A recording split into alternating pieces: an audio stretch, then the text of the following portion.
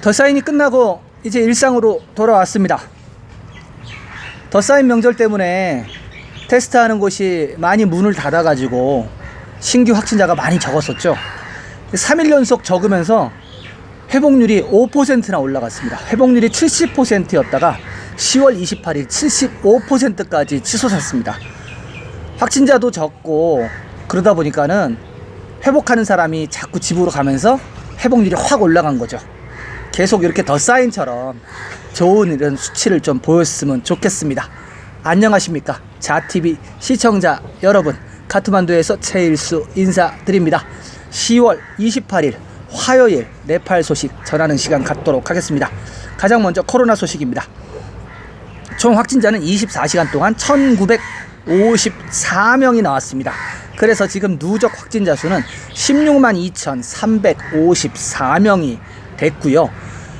테스트한 사람의 23.69% 확진율을 보였습니다. PCR 테스트도 그렇게 많지 않았어요. 만 건도 못했습니다.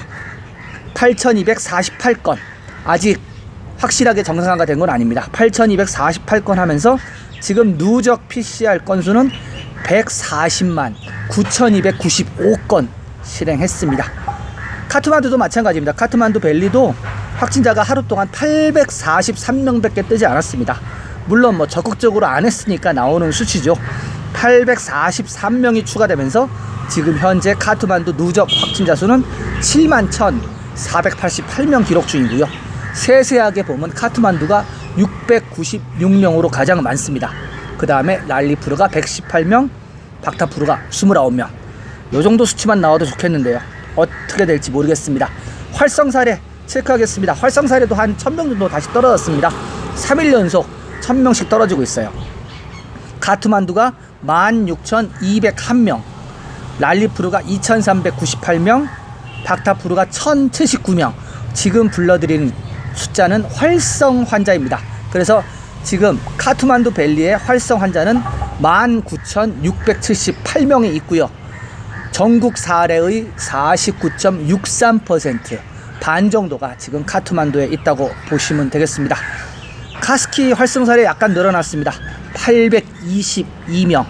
카스키도 좀처럼 줄지 않고 조금씩 살짝 늘고 있습니다.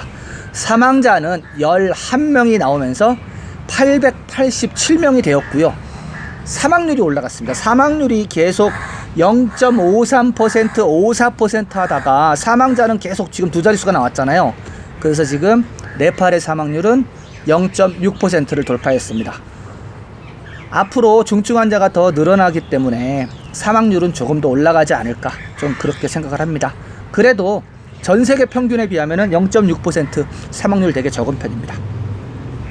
앞서 말씀드렸다시피 카트만두가 지금 전체 활성 사례가 19,678건이라고 했잖아요. 전국적으로 활성 사례를 보면은 39,643건입니다. 39,000건이에요. 4만 건이 안 되는데, 문제는 뭔지 아세요? 이게 오랜만에 제가 확인을 했더니 병원에 있는 사람과 집에 있는 사람의 숫자가 완전히 정말 좀 들어보시면 아실 겁니다. 지금 병원과 시설에 있는 사람이 7,709명 밖에 없어요. 7,709명. 10,000명도 아니고요. 7,700명이 있는 겁니다. 그리고 집에서 격리받고 있는 사람이 31,934명. 31,000명이 덧사인 때 다 집에 있었던 거예요. 어떻게 될까요? 그리고 이 시설에 있는 7,709명, 이 중에서 ICU 환자가 290명, 그리고 인공호흡기 장착한 사람이 72명입니다. 지금 시설 격리가 7,700명 밖에 안 되면은 아주 그 병원은 지금 뭐랄까 널널한 거예요, 한마디로. 그쵸? 보통 한 3만 명까지 지금 예상을 하고 있었는데 7,700명 밖에 없으니까. 그러니까 신규 확진자들이 웬만하면 병원에 안 갑니다. 지금 병원에 가면은 죽는 줄 알아요. 이게 더 문제입니다, 지금 어떻게 보면은. 앞서 말씀드렸다시피 완치자가 75% 회복률을 보였다고 말씀을 드렸죠. 완치자는 2,981명이 나왔습니다. 2,981명이 나오면서 네팔 지금 누적 완치자 수는 12만 1,824건입니다. 75%. 정확하게 얘기하면 75.03%입니다. 네, 그렇게 회복률을 보이고 있고요. 검역소도 살짝 빠졌습니다. 43명이 빠지면서 2,889명, 검역소에 있는 인원은 그렇게 되고요. PCR 테스트는 앞서 말씀드렸다시피 8,248건을 추가하면서 140만 9,295건 그렇게 시행했습니다. 네, 이렇게 코로나 브리핑 해드리고요. 전체적인 좀 단신 좀 전해드리도록 하겠습니다. 10월 17일부터 지금 외국인들이 들어와 있죠. 들어와 있는데 어저께도 제가 전해드렸지만은 일단은 지금 호텔 격리를 하고 있다고 합니다. 하고 있고 호텔 격리 후에 트래킹을 하고 있대요. 그래서 그렇게 많은 사람은 들어와 있지 않다, 이렇게 좀 말씀을 드릴 수 있고요. 그리고 지난번에 월요일 날이었나요? 다시 에베레스트 존이 열렸죠. 그래서 지금 에베레스트 존 같은 경우는 루클라 공항이 열렸기 때문에 가실 수가 있습니다. 가실 수 있고 랑탕 가실 수 있고요. 그러나 안나푸르나는 여전히 아직도 닫혀있는 곳이 많습니다. 안나푸르나 같은 경우는 푸닐 고렛반이 닫혀 있고요. 간두룩도 지금 호텔이 영업을 안 하는 상태고 ABC 트래킹도 지금 하지를 못하는 상황입니다. 그리고 또 하나 추가드리면은 마낭하고 무스탕을 들어가려면은 PCR 음성 테스트가 필요합니다.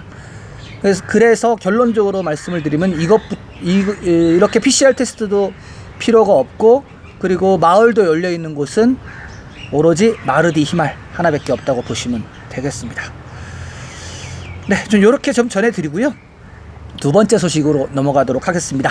지난번에 금요일부터 화요일까지 보건인구부에 그 코로나 브리핑이 없었잖아요. 없었다고 제가 말씀을 드렸잖아요. 그래서 지금 수요일부터 다시 보건인구부의 브리핑이 시작을 했는데 보건인구부에서 또 다른 발표를 내놨습니다.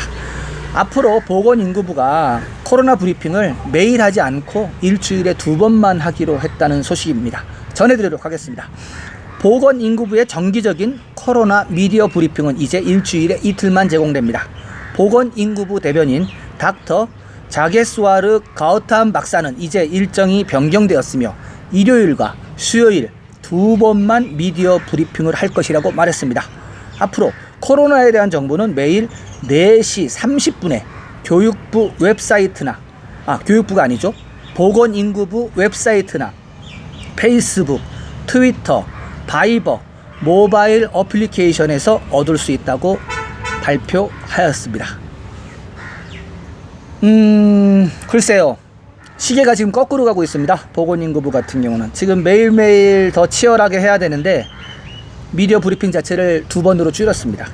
그게 아무래도 피로감이 누적된 것 같기도 하고, 글쎄요. 더 사인이 끝나자마자 이렇게 바뀐 게 뭐가 바뀌었을까요?